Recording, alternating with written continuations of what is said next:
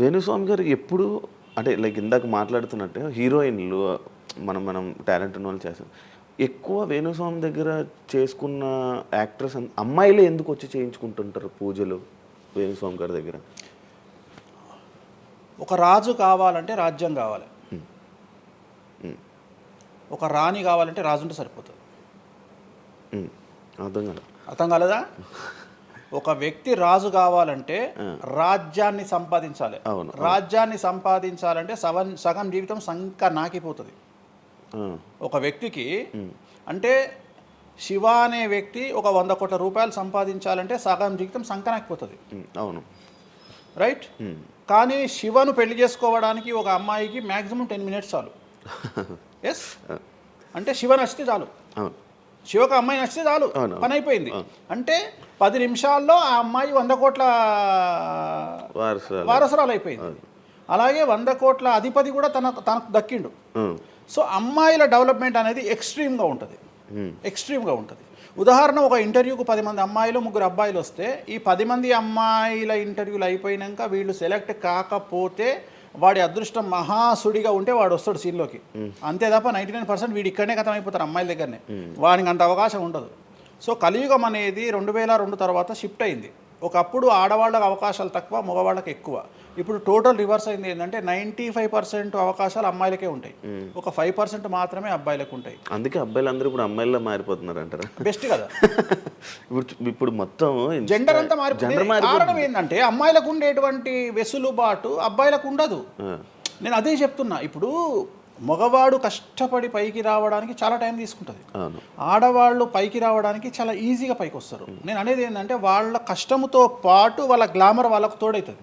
అవును, ఇప్పుడు మీరు ఏ పాయింట్ చెప్పారో అర్థమైంది. ఇప్పుడు అమ్మాయిలకి ఎలాగో అవకాశాలు ఉన్నాయి కదా, మరి ఆల్రెడీ వాళ్ళకి ఎలాగో అవకాశాలు వస్తాయి కాబట్టి మరి మీరు వాళ్ళని ఎందుకు అమ్మాయిలనే చూడడం? అబ్బాయిలు అంటే రాని వాళ్ళకు నేను చూస్తున్నా. ఇప్పుడు వచ్చిన వాళ్ళు నా దగ్గరికి రారు కదా.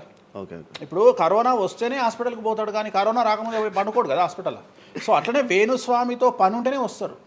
రెండవది, అమ్మాయిలకు ఉండే వెసులుబాటు ఏంటంటే అబ్బాయిలు కూడా చేసుకుంటారు నా దగ్గర, కానీ అబ్బాయిల డెవలప్మెంట్ అనేది చాలా తక్కువగా ఉంటుంది. ఉదాహరణ, నా దగ్గరికి వచ్చే అమ్మాయిలు ఓన్లీ సినిమా కోసం రారు.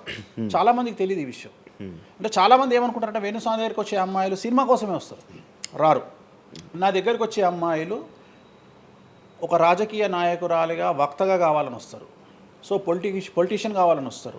అన్నిటికంటే ఎంటర్ప్రెన్యూర్ కావాలని వస్తారు. ఒక బోటికో లేకపోతే ఒక గోల్డ్ షాపో ఏదో పెట్టుకొని బిజినెస్ కోసం వస్తారు.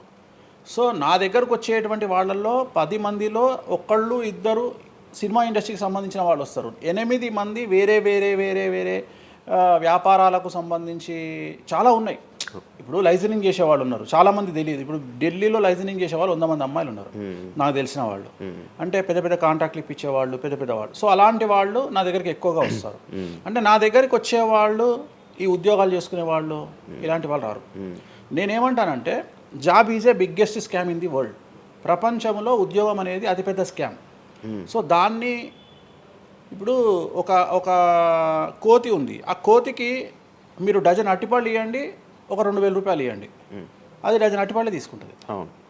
కానీ ఈ 2000 రూపాయలతోటి నేను ఒక 10 గెలలు కొనుక్కుంటానే నాలెడ్జ్ దానికి లేదు.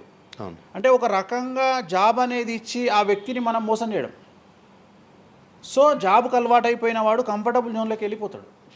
సో నేనేం చెప్తా అంటే ఆ జాబు నుండి మనమే 100 జాబులు ఇచ్చే స్థాయికి ఎదగాలి అనే కసి ఉండి అక్కడికి వెళ్ళాలి. ఆ కసి ఉంటేనే పని లేదు. కలియుగంలో కష్టపడి అనే మాట మాట్లాడితే దానంత దరిద్రం ఇంకోటి లేదు. ప్రపంచంలో అతి పెద్దగా ఎక్కువగా కష్టపడేది గాడిది. అది ఈ పాటికి ఎక్కడో ఉండాలి, అది లేదు. రైట్. సో మనం కష్టపడడం కాదు, బ్రెయిన్తో పని చేయాలి. కష్టంతో పాటు బుర్ర ఉండాలి. కష్టం అనేది పనిచేయదు. నేను ఏమంటున్నానంటే ఈ ప్రపంచంలో బాగా కష్టపడేటువంటి మనిషి డ్రైనేజీలోకి దిగి పనిచేసేటువంటి సేవకుడు. సో ఆయన పడే కష్టానికి పర్ డే 10 లక్షలు ఇచ్చినా తక్కువనే, కానీ మనం ఆయనకి అట్లా ఇవ్వట్లా. అంటే ఇక్కడ బ్రెయిన్తో పనిచేసే వాడికే డబ్బు మిగులుతుంది. నేను మాట్లాడేది బ్రెయిన్తో. కానీ అమ్మాయిలకు బ్రెయిన్ కంటే కూడా వాళ్ళ అందముతో పనిచేస్తే డబ్బులు దొరుకుతాయి. ఇప్పుడు ఇప్పుడు మనం ఉన్నాం, నువ్వో నేను ఒక ఇన్స్టాగ్రామ్లో పోస్ట్ పెడితే ఎవ్వరు చూడు. అదే ఒక అమ్మాయి పెడితే 2 మిలియన్లు వెళ్ళిపోతుంది.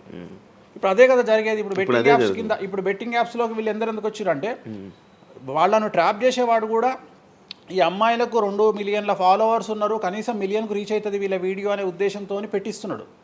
సో పెట్టడం ఎందుకు ఏంటి అనవసరం పక్కన పెడితే, వాళ్ళకుండే క్రేజ్, అమ్మాయిలకు ఉండే క్రేజ్ అలాంటిది. నేను అదే చెప్తున్నా, ఆ క్రేజ్ అమ్మాయిలకు చాలా ఈజీగా వస్తుంది. ఎందుకంటే గ్లామర్గా ఉండే అమ్మాయిలు చాలా ఈజీగా జనాల్లోకి వెళ్ళిపోతారు. సో చాలా వాళ్ళకు ఉండే అవకాశాలు చాలా ఎక్కువ. ఇప్పుడు రీసెంట్ మీరు బెట్టింగ్ యాప్ ఇన్ని రోజులు లేని బెట్టింగ్ యాప్, అంటే గత 2 సంవత్సరాల నుంచి ఫైట్ చేస్తున్నారు బెట్టింగ్ యాప్ల గురించి వీళ్ళు. సడన్గా ఇప్పుడు సెలబ్రిటీలు అందరూ బెట్టింగ్ యాప్లు ఇరుక్కుంటున్నారు. సెలబ్రిటీలే కాదు, 2025 సంవత్సరంలో సెలబ్రిటీ అనే ప్రతి ఒక్కడు ఏదో సమస్య ఇరుకుతాడు. అది అల్లు అర్జున్తోనే స్టార్ట్ అయింది. సో జాతకంలో అల్లు అర్జున్ యోగంలో 6వ ఇంట్లో శని, అల్లు అర్జున్ది కన్యారాశి. కన్యారాశి 6వ ఇంట్లో శనిలో ఉండగా అల్లు అర్జున్ జైలుకి వెళ్ళాడు. సో దానివల్ల ఆయనకు వెంట్రుక ముక్కతో సమానం. ఎందుకంటే తెల్లారు వచ్చి ఆయన టిఫిన్ చేస్తే ఆపలేరు, ఆయన టూర్కు పోతే ఆపలేరు, ఆయన రేపు పొద్దున పుష్ప 3కి 3,000 కోట్లు వసూలు చేస్తుంది, దాన్ని ఎవడు ఆపలేడు. అంటే ఒక వ్యక్తిని జైలుకు పోయి ఇచ్చినంత మాత్రాన ఎవడు ఆపలేడు. మహా అంటే బెయిల్ తీసుకొని బయటకు వస్తాం. ఇప్పుడు రేపు పొద్దున ఈ 11 మంది కూడా సరే జైలుకు పోతారా పోరా అంత తీవ్రమైన నేరమా నాకు ఐడియా లేదు. సో వాళ్ళు పోయినా మళ్ళీ 10వ రోజు వచ్చి మళ్ళీ 11 నాడు వాళ్ళు మళ్ళీ స్టేటస్ పెట్టుకుంటారు. దానివల్ల పెద్ద ఒక కొంపల మునిగేది ఏం లేదు. కాకపోతే ఇక్కడ జాతక రీత్యా ఎందుకే ఇప్పుడు జరుగుతుంది అంటే, ఎందుకు జరుగుతుంది అంటే, ఎవరి జాతకంలోనైతే ఆ ప్రత్యేకమైనటువంటి టైమింగ్ వస్తుందో ఆ టైమింగ్లో ఉండేవాళ్ళు జైలుకు వెళ్ళడమో, సమస్యల పాలవడమో, మీడియాకి ఎక్కడమో. ఇప్పుడు అందరూ మీడియాకి ఎక్కిన అందరు జైలుకి వెళ్ళరు. సో ఇంకోటి ఏంటంటే, ఇప్పుడు ఒకప్పుడు జైలు అంటే భయము, ఇప్పుడు జైలు అనేది క్వాలిఫికేషన్. అంటే జనరల్గా ఇప్పుడు పొలిటీషియన్ అయితే జైలుకు పోగానే సీఎం అవుతాడు అనే నమ్మకం వచ్చింది అందరికీ.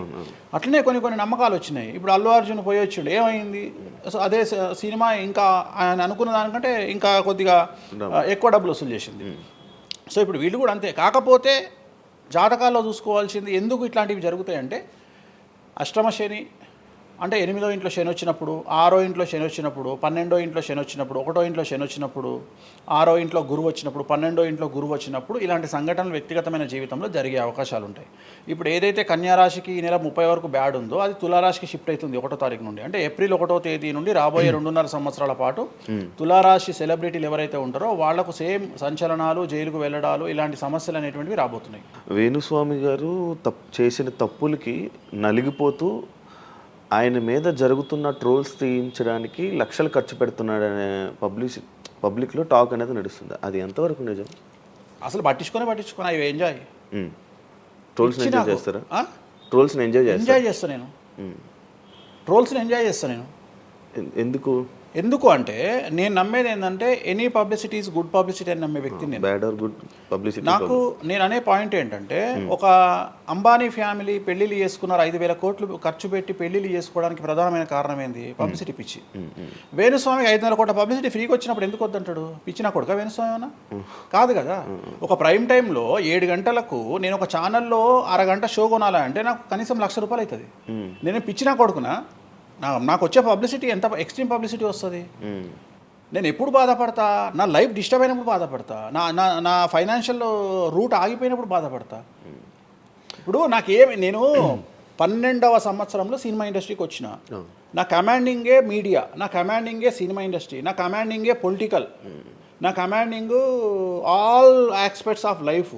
అలాంటి నేను నా జాతకాన్ని అంటే ఏం తెలియకుండానే బ్లైండ్గా వచ్చి మీడియా ముందర మాట్లాడేసి దొబ్బులు తిని వెళ్ళిపోదాం అనుకుంటున్నా.